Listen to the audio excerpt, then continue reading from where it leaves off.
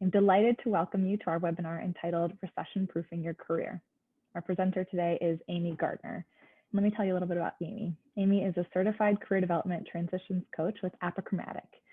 Amy's work draws on her unique experience as Dean of Students at the law school and a successful career practicing law, first as a Skadden litigation associate, later as an associate, and then partner at a mid-sized Chicago firm. She received her BA from Luther College, her JD from the University of Chicago Law School, and her MA in Public Policy and Administration from Northwestern University. Her career and goal achievements advice has been featured in media including ABA publications, Bustle, Corporate, Glassdoor, Health, Monster, NBC, and Women's Running Magazine. The list goes on.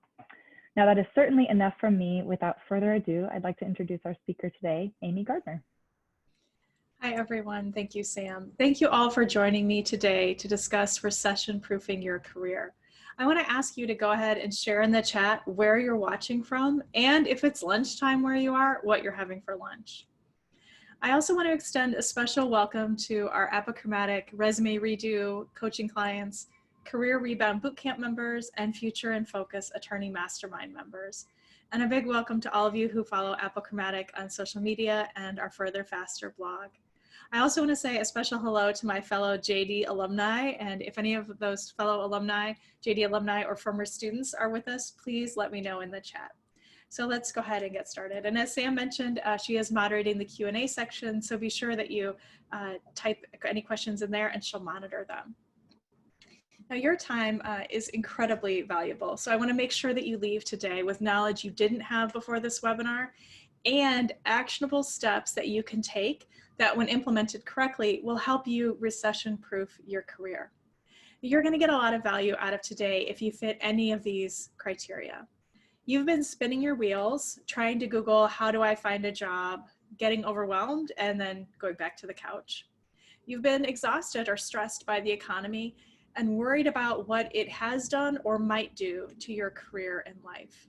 You might be finding yourself wishing that you had a clear game plan. Or maybe you're telling your significant other, I'm trying to find a job, as you actually find the end of the internet and promise yourself you'll be more productive tomorrow. Maybe you're finding yourself making excuses when people ask for your resume or ask how they can help. Or you might be frustrated because you were about to search for a new job and then COVID-19 came and put so much of our plans on hold. I hope you'll notice the value of applying these ideas today. So I encourage you to grab a pen and a pad so that you don't miss anything and can take notes. And we'll be moving pretty quickly because as Sam mentioned, we're going to limit ourselves to an hour. I don't want to just give you ideas today. I also want to give you useful tools. So during the presentation, I'll share where you can grab some of those tools for free. With that in mind, today we'll learn why career resilience might be the #1 factor that helps you bounce back from an ailing economy or helps you weather the storm. You'll understand the factors that make up career resilience and how you can develop your own. And I'll share 3 specific strategies and 1 bonus strategy that you can apply right away to transform your career resilience and your readiness to rebound if necessary. So I feel like we can't really talk about this topic without talking about 2020. But we all know what's happened this year, so I'm not going to belabor it. But given the last 9 months, it's not surprising that an abnormally high number of people are facing real career turbulence.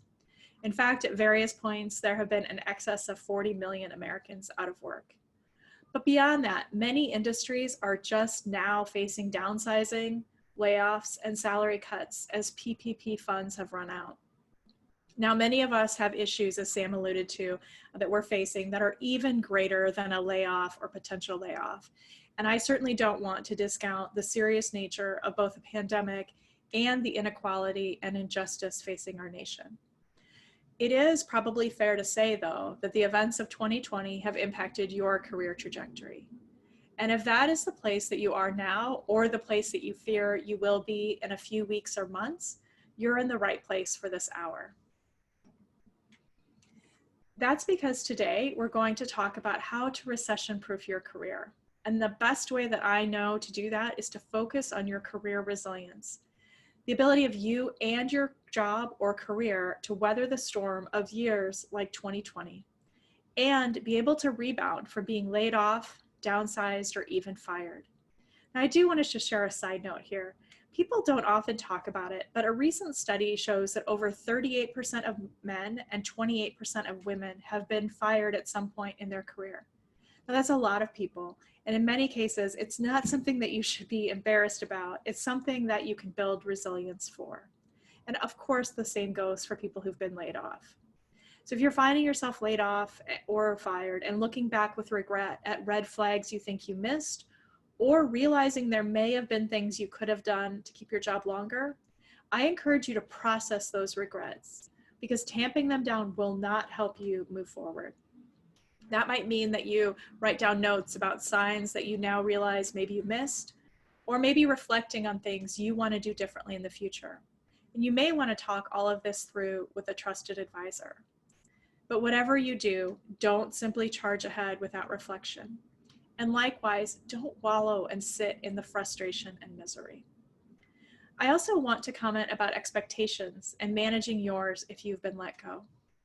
One nationwide Washington Post Ipsos poll at the beginning of May found that the vast majority of laid off or furloughed workers, 77%, expected to be rehired by their previous employer once the stay-at-home orders in their area are lifted.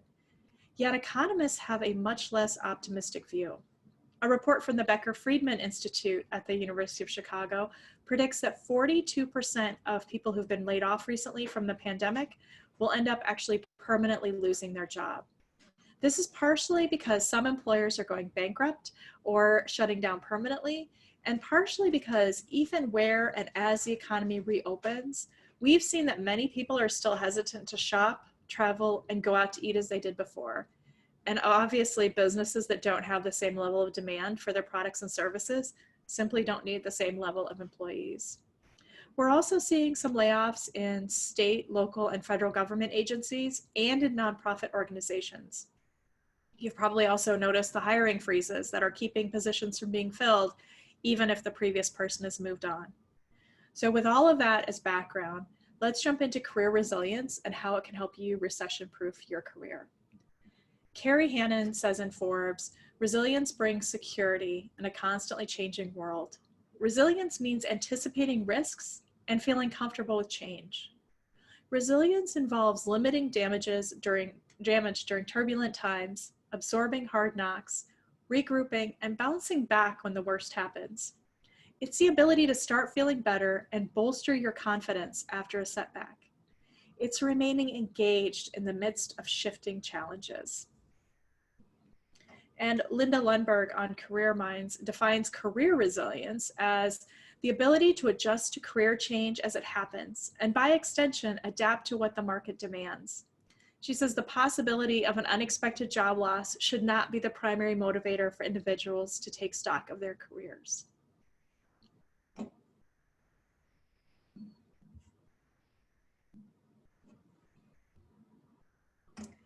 All right, so career resilience has become even more important now as a majority of the world redefines the work environment, and many of the rules that governed our professional advancement just 6 months ago have been and are being rewritten. So I want to start with asking you a few questions. First, what would be possible for you if you knew your career assets were in order, knew you had a strong network in place, and knew you had options even in the most difficult of times? Further, how would that confidence translate in your current work environment? For most, the answer is that knowing you have career resilience frees you from the anxiety, fear, and distraction that can have such a detrimental impact on your current position and can actually even result in exactly what you're trying to avoid. In short, career resilience gives you confidence and it gives you options, both key ingredients should you need to have a career rebound, regardless of whether the economy is going well or we're in a recession. And the reality is that whatever your career and whatever's happening in the economy, career resilience can help you build a career trajectory with more stability and help you adjust and respond to externalities faster and more effectively. And that, of course, means more financial stability and being more in sync with your career overall. So we're going to put up some poll questions for you.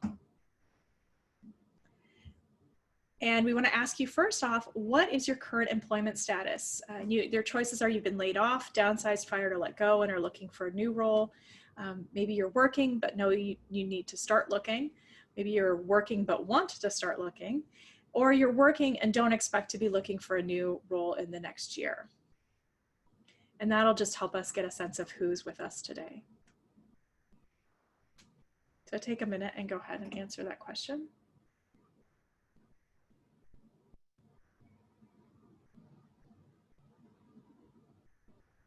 All right, and we see that about a third of the people here have been laid off, downsized, or let go and are currently looking for a new role. About another third or so is you're working, but you know you need to start looking. Another third is working, but want to start looking. And then a small number of you are working and don't expect to be looking in the next year. So thank you for answering that question. We do have two more for you. And so our second question is, we want to ask you to give yourself a career resiliency rating as of today. So without knowing much more necessarily than what I've already shared, how would you rate your resiliency on a rating of 1 to 10? With 1 is if you heard about a great opportunity today, you wouldn't know where to start.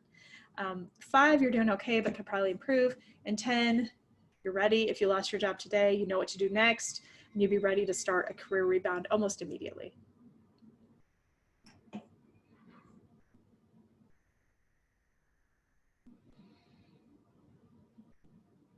All right, I'll give everybody one more second to answer that one and share the results with you. All right, it looks like about a third of you gave yourself a 3. So some room to improve. A quarter are at a 5, so right at the midpoint, doing okay but could improve.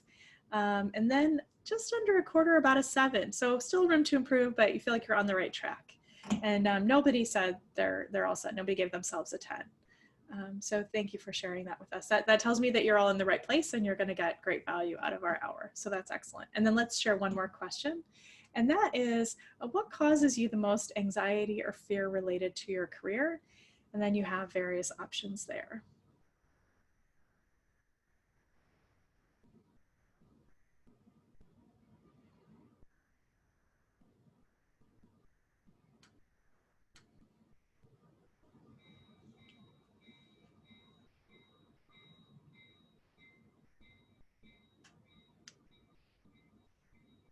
All right, let's go ahead and see what the results show.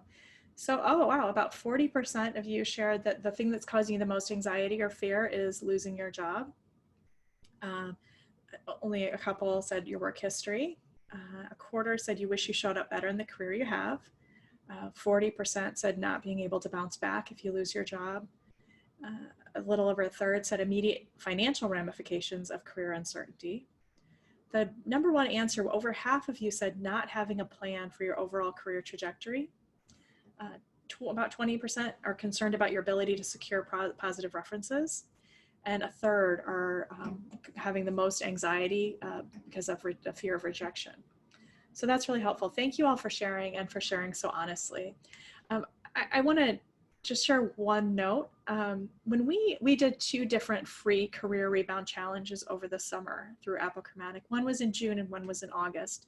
And each one had about 200 people register. One of the number one comments we received, and these are folks from all over the country, all different professions, and we kept hearing again and again that having a community of folks who are going through the same challenges that you are is really helpful to know that you're not alone, because this can be such a lonely time for us with social distancing and quarantining. And so I hope as you're dealing with all of this and all of these concerns that you've shared about, that you appreciate that you are not in this alone, that your fellow UChicago alumni and others out there are going through just the same thing that you are. So now that I know a little bit about you, I wanted to share just a little bit about myself. So you already heard that I'm Amy Gardner and I work with Affiliation. We're a firm that helps individuals, groups, and organizations find their focus so that they can go further faster. I work with clients on executive presence, on public speaking, goal achievement, career development, leadership, and career transitions. Now, as you already heard, my background is in law, and I was a law firm partner and law school dean of students before forming Apochromatic with my partner, Keith Spiro. I work with attorneys and other professionals one-on-one through small group attorney masterminds and our small group career rebound boot camps, through our resume service, Resume Redo, and we offer group coaching and trainings for employers who are seeking to get their teams working together more effectively, develop leadership skills, and exponentially improve their performance. I do want to share with you, though, why I'm so passionate about today's topic. I've mentioned a couple of times the anxiety, fear, and distraction that can come from knowing you're not prepared if you lose your job. For those of you who are sitting in that anxiety, fear, and distraction right now, I have been there too.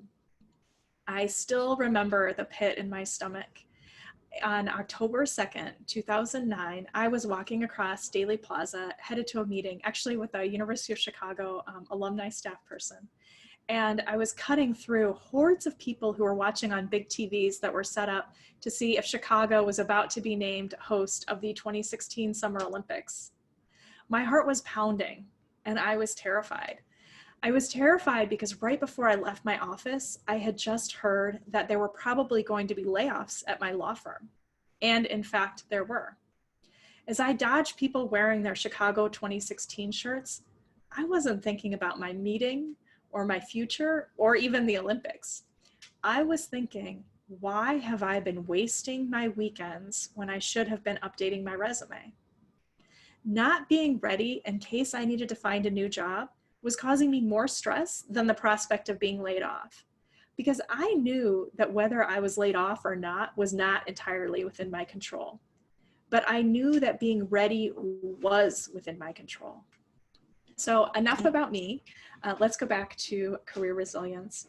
I want to ask you first, though, to think about how you might relate to that journey and where you are on your own journey. Now, let's discuss the factors that make up career resilience, or to put it differently, the strengths that you should grow in order to have a high level of career resilience. Now, if you Google this, you can find lists of how different studies and organizations define career resilience. But most often, the characteristics that I'm going to share with you are somewhere in each definition. So first off is the ability to self-reflect in a critical and objective way. Next is confidence. Another important factor is high emotional intelligence. And we talk a lot about emotional intelligence in our coaching practice, and we use the EQI 2.0 assessment because we found that that's a really great way to determine how you're showing up in your professional environment and how you can leverage that knowledge to grow and develop your emotional intelligence. If you have further questions about an emotional intelligence assessment that you might have taken and you want to talk through the results or what you've learned, you can feel free to contact me directly, because it's a topic that I think is so important, particularly for job seekers, but really for any professional. Another element is the ability to know when you need help and the strength to reach out and ask for it. Another is the ability to design and execute career plans. Another one is the ability to balance high energy with adequate rest and renewal. It's also important to have the ability to allow yourself to grieve when necessary and for as long as necessary. Now, this one is especially critical right now because normally being laid off or fired will result in a grieving process. But right now, for many people who've been let go during COVID-19, they haven't had the chance to say goodbye in person to their coworkers or close out that chapter of their professional life. And this can have pretty significant emotional ramifications. Another element is building and maintaining a strong and comprehensive network.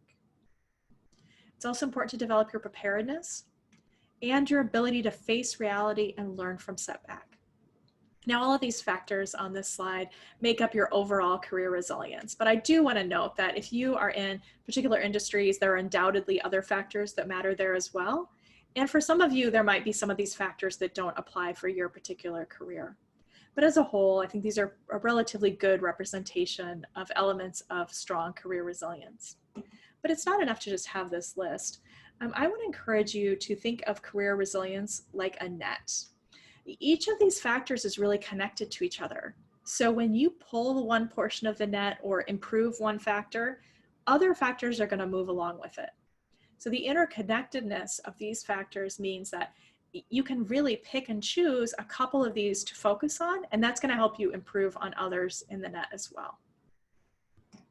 Now, let's do sort of a subjective assessment of your overall resilience. So I want to ask you on that piece of paper that you have to just start by considering how strong you are in each of these topics as we get a baseline for where you are right now. So first question for you to answer is, have you assessed your network and your networking?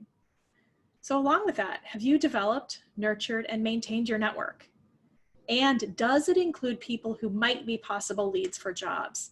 Now, one mistake I see all the time is that we think that the people closest to us will be in the best position to help us.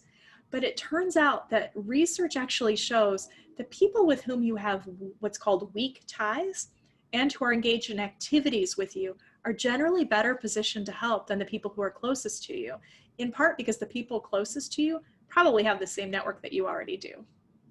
It's important to also ask yourself if you've continually worked to network beyond LinkedIn and developed deep and meaningful connections. And do you have a networking plan? So take a moment and rate yourself on your networking. The next question I want to ask you, have you ask yourself is, are you resume ready? Now what that means is, imagine someone says, I heard about a role that'd be perfect for you, send me your resume. How long would it take you to have a resume that you can send with 100% confidence? That's what I mean when I ask if you're resume ready. Now, you can't underestimate the confidence that comes with just being resume ready. All right, question 3 is, have you analyzed your most recent role and determined goals for future roles? So as part of that, ask yourself, have you processed and written down the components of your current or most recent role that you liked? At least 3 things that you would change, and are you able to describe all of them in positive terms? Next, ask yourself, do you utilize LinkedIn effectively? Along with that, do you have a profile that appropriately presents the value that you bring to your profession? Do you present a public profile that is representative of your personal brand?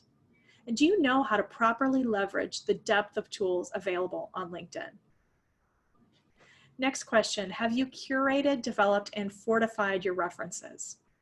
So by that question, what I'm asking is, when was the last time you were in touch with each of the people that you anticipate listing as a reference?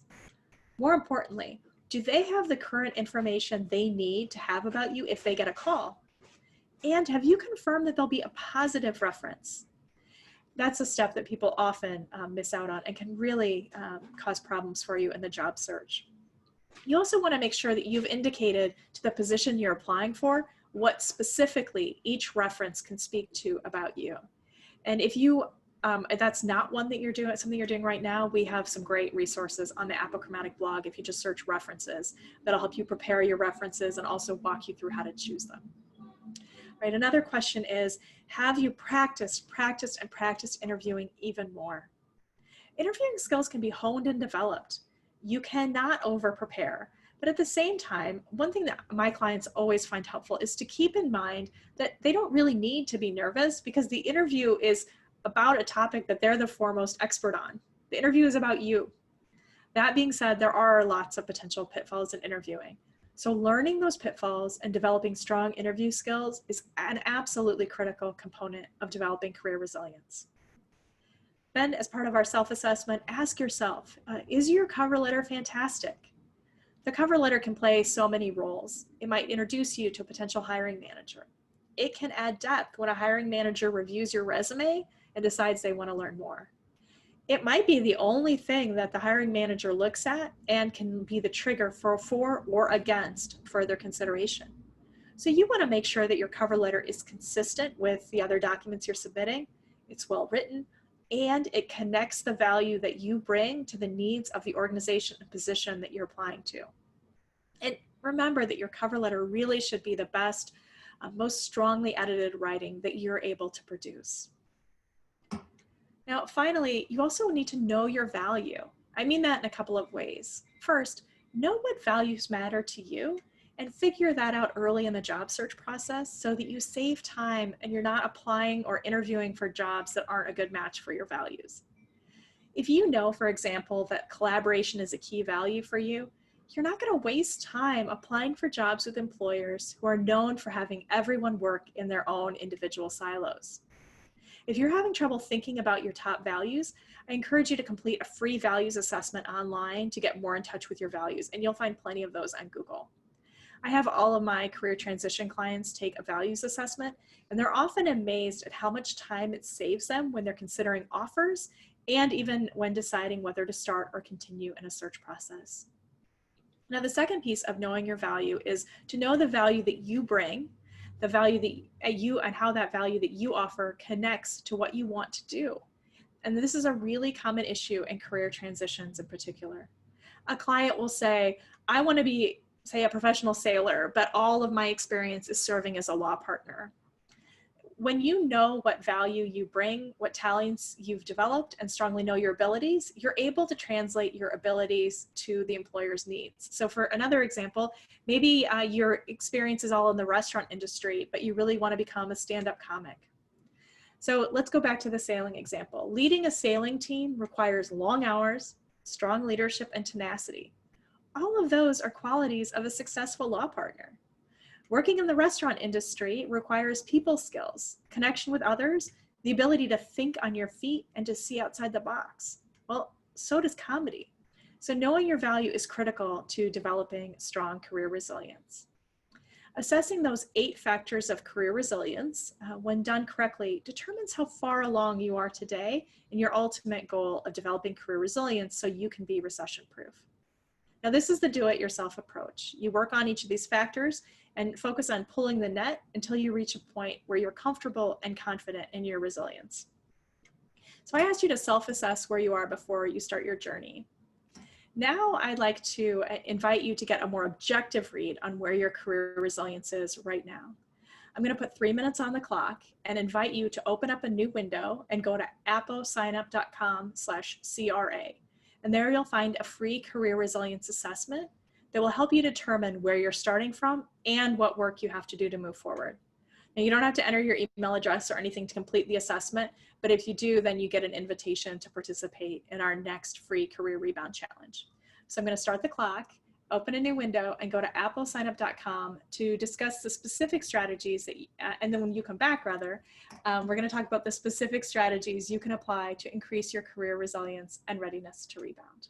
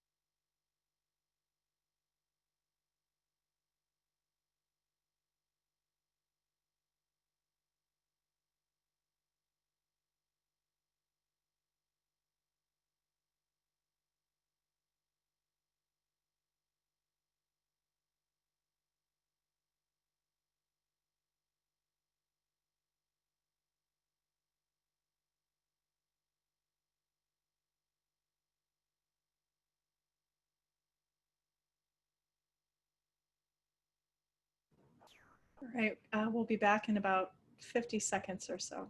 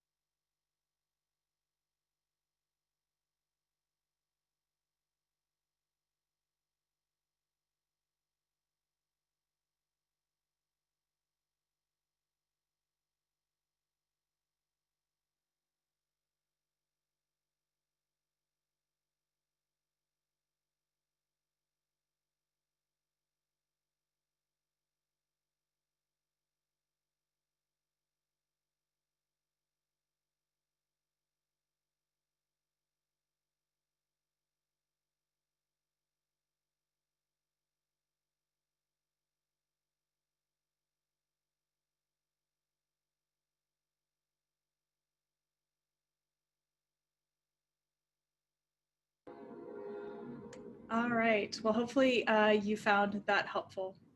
So I want to spend the remainder of our time together today discussing 3 specific strategies and 1 bonus strategy that you can apply right away to transform your career resilience and readiness to rebound if necessary.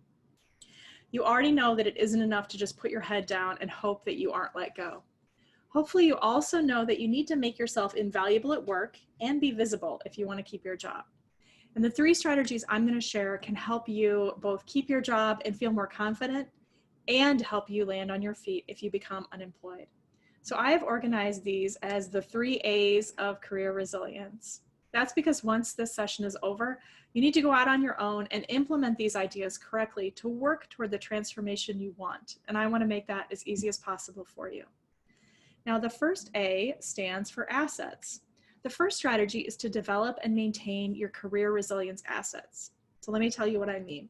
These assets are your completed resume, your cover letter, your writing sample, your reference sheet, your bio, and yes, a bio is sometimes necessary. In addition, a short bio of no more than 3 or 4 sentences, which can be a great networking tool. You also want to make sure that you have current contact information for the most important people in your network in your own possession and not on a work computer system. And while I hate to say it, in this day and age, an attorney you can rely on for a recommendation or referral if your job ends in such a way that you need to speak with an attorney. You also want to have well-organized copies of critical work projects and samples of the type of work you're capable of, consistent, of course, with any privacy or confidentiality agreements that your employer may have. You also need to have a series of examples. Interview questions asking for specific examples are really popular. So you want to make sure that you have clearly written out answers that are developed drawing from your years of experience and not just from the top of your head at the interview. So things like your biggest failure, your biggest success, how you handle problems, your leadership style, even an answer to the simple question of tell me about yourself. At Apochromatic, we take clients through developing their personal presence brand as well, and that's a great asset in your interviews. If you've ever done an exercise like that, you should consider that one of your career assets as well. And if you haven't done something like that, or if executive presence is of interest to you, my partner Keith Spirrell did a free webinar for the UFC on executive presence. And you might want to check that out too, because those tools and exercises from that webinar would definitely be in the category of career assets. And maybe somebody can put that link to that in the chat. Your career assets also include your current licensure, up-to-date training, and continuing education information. Now, as you can probably see, developing and updating your assets can be a big project, but the confidence and preparedness that comes from having your career assets ready can make a huge difference. Now, the second A is attitude, because the second strategy is to foster and maintain a positive attitude and strong mental health. Now, to be clear, this is beyond positive thinking. Career transitions, change, being laid off, being fired, or having a reduction in salary can take a serious emotional toll. Now, in mindfulness, if any of you have ever taken a mindfulness class, you know that we always talk about putting a separation between the stimulus and your response to it. And the key is in the separation. Sometimes it takes time to develop, but the last thing that you want to do is to rush into an interview that you aren't mentally prepared for. Attitude also has to do with emotional intelligence. If you've ever had a professional relationship that just didn't click or ever seemed to work out, or worse yet, had a serious conflict in an office, assessing your emotional intelligence factors and working on knowing how to create compatibility with others can dramatically change the way you're able to work with people, particularly if there's a conflict or a disagreement. All this being said, it's critical that during a difficult career time, you do everything you can to bolster your overall attitude and mental health. If you're struggling to take care of yourself for your own sake, if nothing else, remind yourself that if you are struggling, you will not show up as your best self in an interview. You will not have the motivation to effectively execute your search. Having career resilience means taking care of yourself mentally and physically. If this topic is of particular interest to you, I encourage you to visit apochromatic.com and check out our blog post on anxiety, stress, and burnout in the job search. If you just go to the search box and type in anxiety, it's one of the results that come up. Now, finally, the third A is affiliation, because the third strategy is to maintain and expand your affiliations. Your network is absolutely critical to your career resilience. You need to grow your network, nurture your network, and provide for your network. Remember that your network is not all about you. It requires give and take. It's made up of two-way relationships, so be sure that you're actively developing it. Now, this is another topic where we have lots of resources at apochromatic.com. And networking does not have to be painful, and even the most introverted people can develop and maintain a healthy network. Now, with that said, I want to review these 3 A's. To develop your career resilience, you need to build and develop your assets, make sure you're taking care of your attitude, and nurture your affiliations. I also want to share a bonus A with you. One of the things that I've noticed can be really helpful for people trying to bounce back from a career setback is to have their skills up to date. Having up-to-date skills that you invest in can make a huge difference in your attitude. So I've prepared these 9 ways that you can learn and grow. The first is ask. What I mean by that is ask those who have the skills you want to develop how they got them. Ask them to mentor you. And if you're employed now, ask your supervisor or HR department what resources they might have available for you. A second way to learn and grow is through books. And by that, I mean, you might pick up a book on a specific skill that you want to develop. We actually have book bundles that we put together on different career topics on apochromatic.com. And in just a moment, you'll have a chance to register to win one of those book bundles to help you with your career resilience. Another thing that you can do is if there's a skill that you're trying to develop and there's someone that you think is great at that skill, see if they might have a memoir. When I was trying to improve my negotiation skills, I found it really helpful to read various books by negotiators. So I read one by a former FBI hostage negotiator. I read Wendy Sherman's book. So think about if there are people that are great at those skills that you want to develop, maybe they've written a book that you can read. Another option is, of course, coaching. We have clients who come to us who say that I want to make a career transition, but also people who come to us specifically to work on a career that they need to work on to advance in their career. So they might say, I want to improve my public speaking, or I want to improve my executive presence. So that might be an option for you. Another piece of coaching might be a mastermind. As I mentioned, we have one for lawyers that want to advance in their career or make a career transition. But you might be able to find a mastermind for people in your profession, or start one with friends or other people in your profession who are also committed to growing and advancing. Another option is, of course, classes. By this, it might be a 1-week certification. It might just be a 2-hour class, or maybe a quarter-long online class, or even a degree.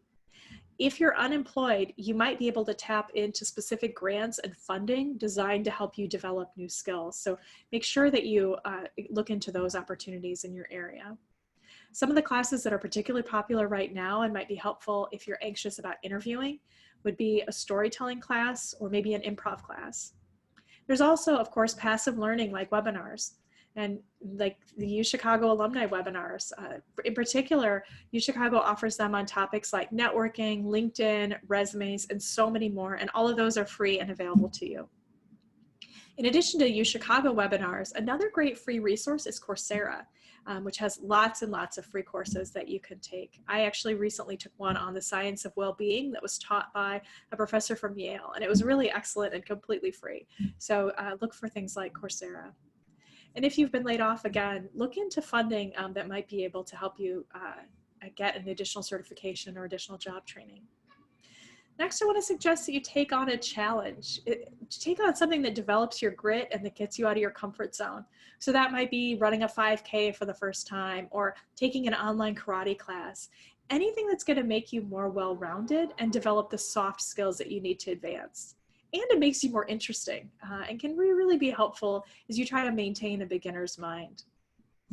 Another thing to do is let others know that you're open to learning and growing, and that might open up new opportunities, whether a friend decides to start a knitting circle or somebody at work realizes that they need to farm out an employee to a client and thinks of you for that opportunity. So along those lines, there's things like secondments where you go work for a client, or assignments with another office, which now that most of us can't travel can be especially easy to do, but can still allow you to learn to work within a different environment and gain new skills within your current workplace. Another thing that I think a lot of adults forget about is trying to shadow someone in a role that you're interested in. Career Day is not just for ninth graders. You might find that somebody within your organization or outside it is more than happy to allow you to spend a day with them, at least virtually, seeing what they do and what their job is like. I also want to encourage you to look for opportunities outside work. And along those lines are volunteer committees. And as a hint, very subtly, I've suggested that your alumni club probably needs volunteers. I actually was the president of the alumni club here in Chicago for a long time, and it was a tremendous opportunity to develop skills outside work. I also have a friend who actually made a shift into fundraising by getting really good at fundraising as a member of a board of various community organizations. You can also look into professional organizations and pro bono work. So one example of how you could do pro bono work is I did a trial pro bono where I got fantastic trial experience. I have a friend who's a city planner, and she got experience with environmental planning by doing a pro bono environmental plan for a community group. So think about pro bono. Another thing to think about for opportunities outside work is how you can build your network within and outside your industry. If you can do that, it's going to help you to have a broader perspective. It's going to help you to learn and grow. And it's so much easier right now that you can just do a Zoom call. You don't have to try to figure out what Starbucks is equidistant between two offices and where you're going to park or how you're going to get there. So really encourage you to think about developing your network during this time. It's also important to keep your new skills sharp by looking for opportunities to apply them. That's going to help you in job interviews too. You want to be able to describe how you've used your skills and how they benefited your employer, and most important, how they're going to benefit the new employer. Now, one thing I want to point out that all of these methods have in common, you can control all of them. And if your employer won't pay, there's probably a free option, or you can invest in yourself.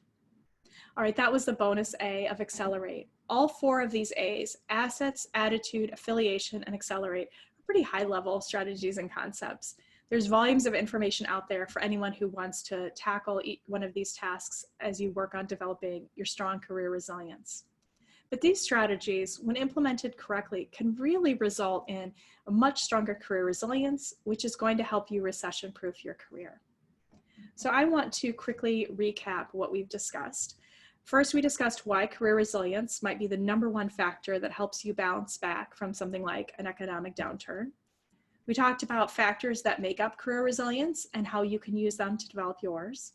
And we discussed 3 strategies: assets, attitude, and affiliation, plus our bonus strategy of Accelerate, that can be a do-it-yourself roadmap to strategically improve your career resilience. But there's one more A that I want to talk about, and that's agency. You have agency. You may not have agency over the economy, but the key here is that you do have agency over all the factors we've talked about today. You have the ability to change your career resilience. I want to share a quote with you.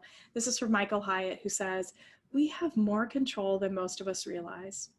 Every day is filled with thousands of opportunities to change the story of our lives." And I think this quote really sums up your ability to grow and develop your career resilience.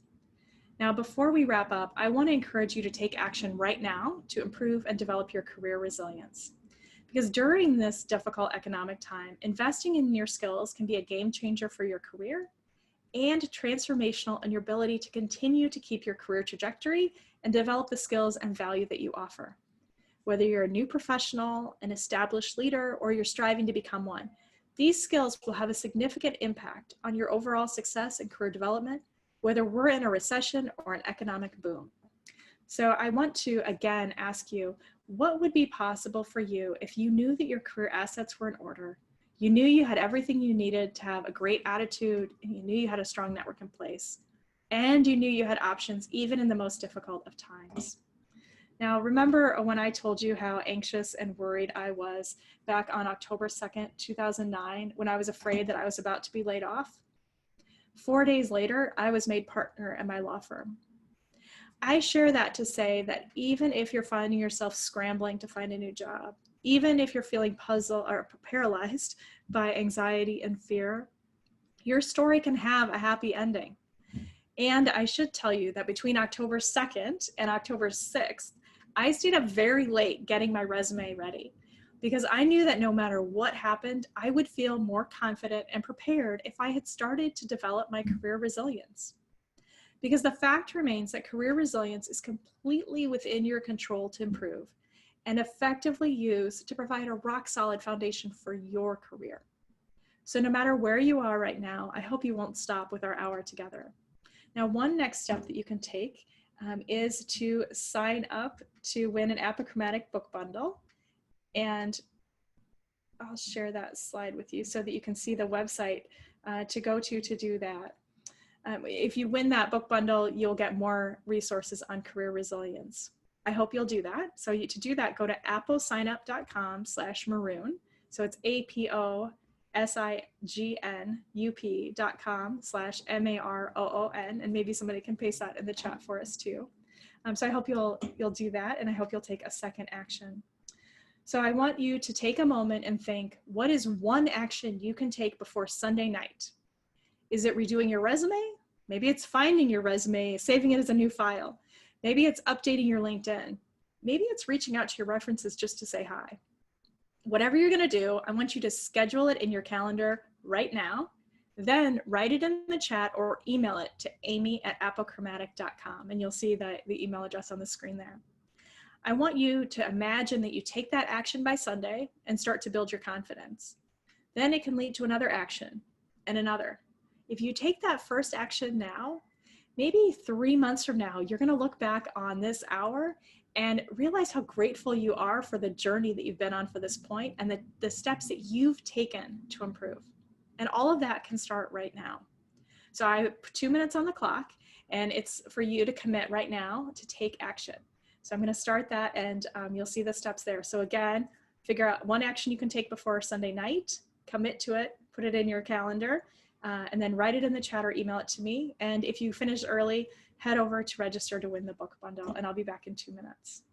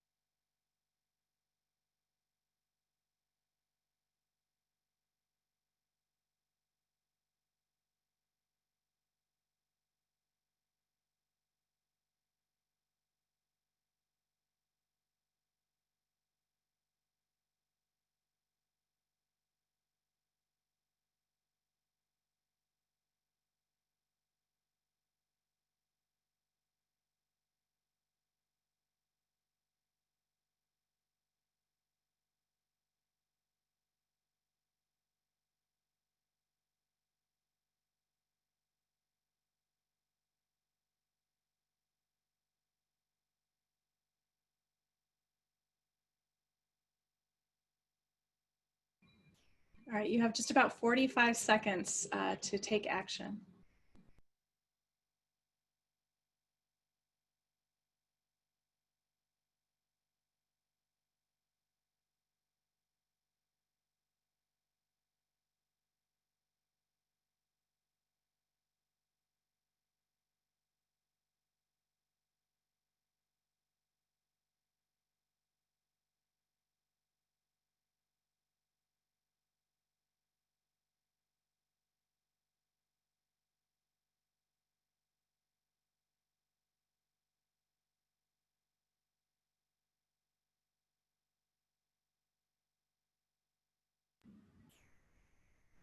All right, I can see some of you are already committing in the chat, so thank you for doing that.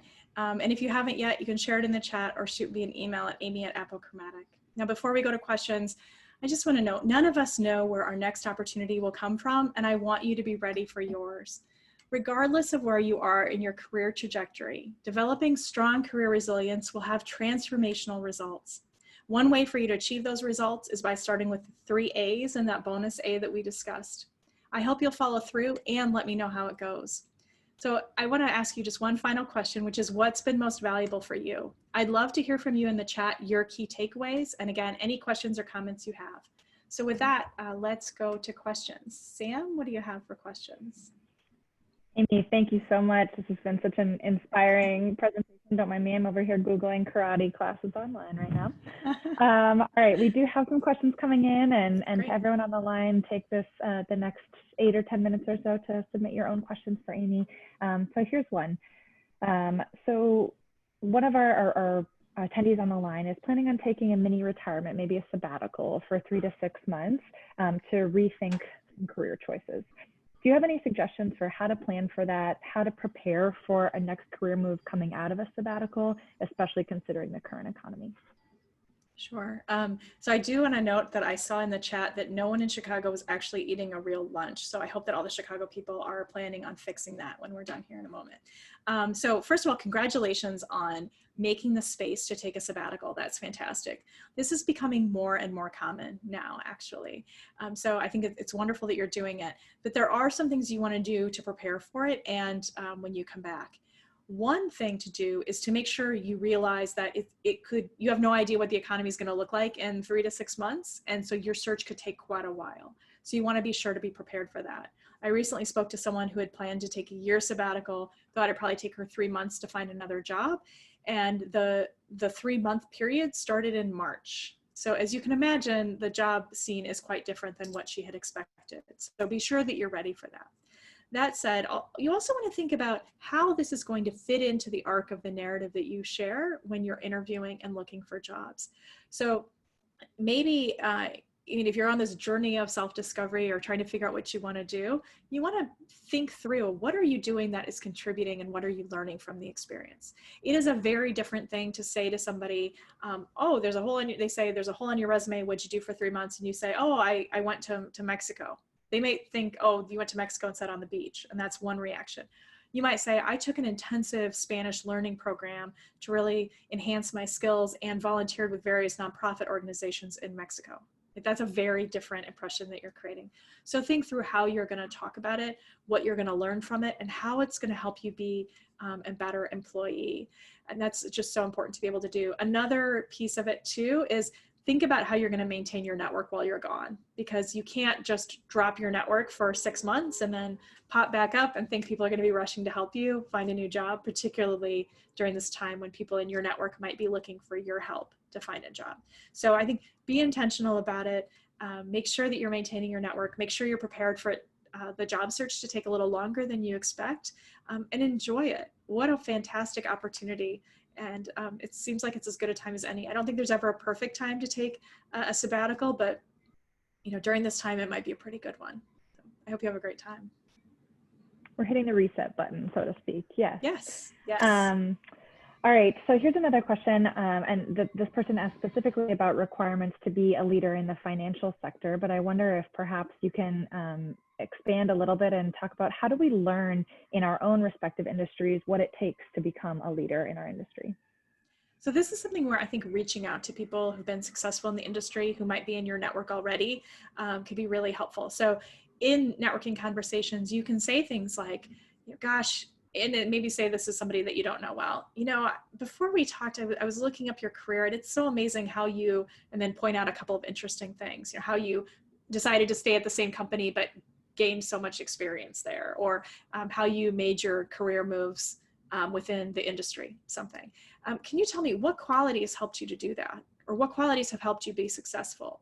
Or you could say, what have you seen in the people that have been successful in your industry? So ask people who are successful in the industry what has made them successful and what they've seen make other people successful. Another really revealing question can be to say, what do you see as the common traits among people who are successful, or common skills? And what are the common skills and traits among people who are not successful? And that can help you see, is this really the right fit for you? And what do you need to be focused on developing? I have a client who wanted to make a very big change from among industries. And she kept telling me that it was impossible. And so I had her pull up job descriptions for jobs that she wanted to have in 5 years that were impossible for her to get. And she came back and realized they all wanted the same certification. And she told me, I don't have that certification. But she had all the qualities and lots of other experiences they were looking for. So I said, well, why can't you get the certification?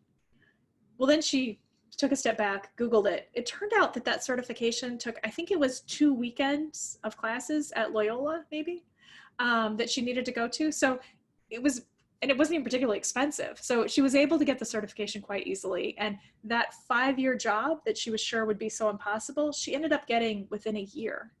So ask people their own experiences and what you need to be working on, and then also look at job descriptions, because that can be a really helpful way to see what you need to develop.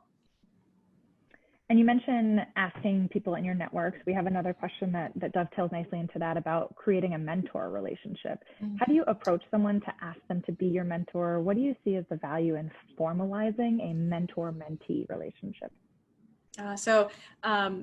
I would say we have a blog post series actually on this on apochromatic.com, and we did a webinar for the University of Chicago on this very topic. So look for those, and if you send me an email, I can send you the links. I'm sure I can find them.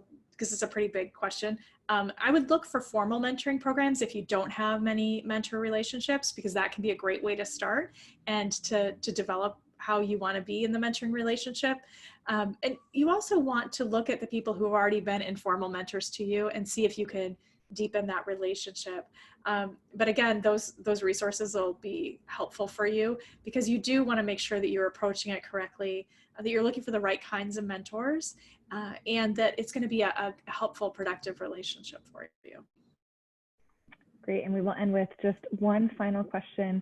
Do you have any suggestions for people on the line, or maybe resources on how to manage the potentially negative emotions that are surrounding our current position right now? Yeah, I encourage people, if you Google surge capacity, you'll see the recent Medium article that's led to a bunch of spun off articles talking about what a difficult time this is for all of us, because we've used up the normal additional physical and mental capacity that we use in times of acute crisis, but we're trying to live off that, and we've been doing it for 6 months. And so this is totally normal. If you're feeling wiped out, if you're feeling stressed, that is completely normal. That's because you're human living in 2020. As I mentioned, that blog post on stress and anxiety in the job search can be helpful. But I think what's most important is to give yourself grace, to recognize that if you are exhausted, if you are overwhelmed, of course you are. And then move forward, look into resources that can be helpful. That might be talking to someone. That might be getting together for coffee with friends more often on Zoom. So do what it is that you need to do to take care of yourself, because obviously that's the most important thing. And to take advantages of the resources around you. And again, for anybody who, the person who had the mentoring question, for the person who had this question, feel free to shoot me an email, and I'm happy to send you resources. I'm happy to get on Zoom and have a chat with you, because I know what a difficult time it can be for so many people, and I'm glad to help wherever I can. Thank you so much, Amy. We need to be kind to ourselves right now, especially, and to others during this tough time. I will just close with a few remarks. I'd love for anyone on the line to join us for our webinar taking place next Wednesday, September 16th, titled Stand Out from the Crowd, Strategies for Landing Your Next Role. And that'll be presented by alumni Caroline Auerkirk. Whether you're in between roles or looking to move on to something more fulfilling, this webinar will give you guidance and clear action steps to land the job you love, potentially a really great dovetail from what we've talked about today. We're also going to be hosting our regular online coffee and conversations event this coming Friday morning, speed networking with alumni from all over the world. So as we talk about the importance of growing and sustaining your network during this tough time, this is a great event to launch that, or to continue your networking opportunities virtually. And you can visit our website at careers.uchicagoalumni.org for a full list of upcoming online programs. Finally, you'll see a link to a survey at the close of this meeting. Please share your feedback. I'm always looking to iterate and to improve on the programming that we provide to Chicago alumni, and I especially look forward to sharing your kudos with Amy after today's presentation. Amy, thank you so much for sharing your insights and your expertise with everyone on the line, and everyone, thank you for joining us today. Thanks, everybody. And please reach out if I can be helpful. Take care. Take care.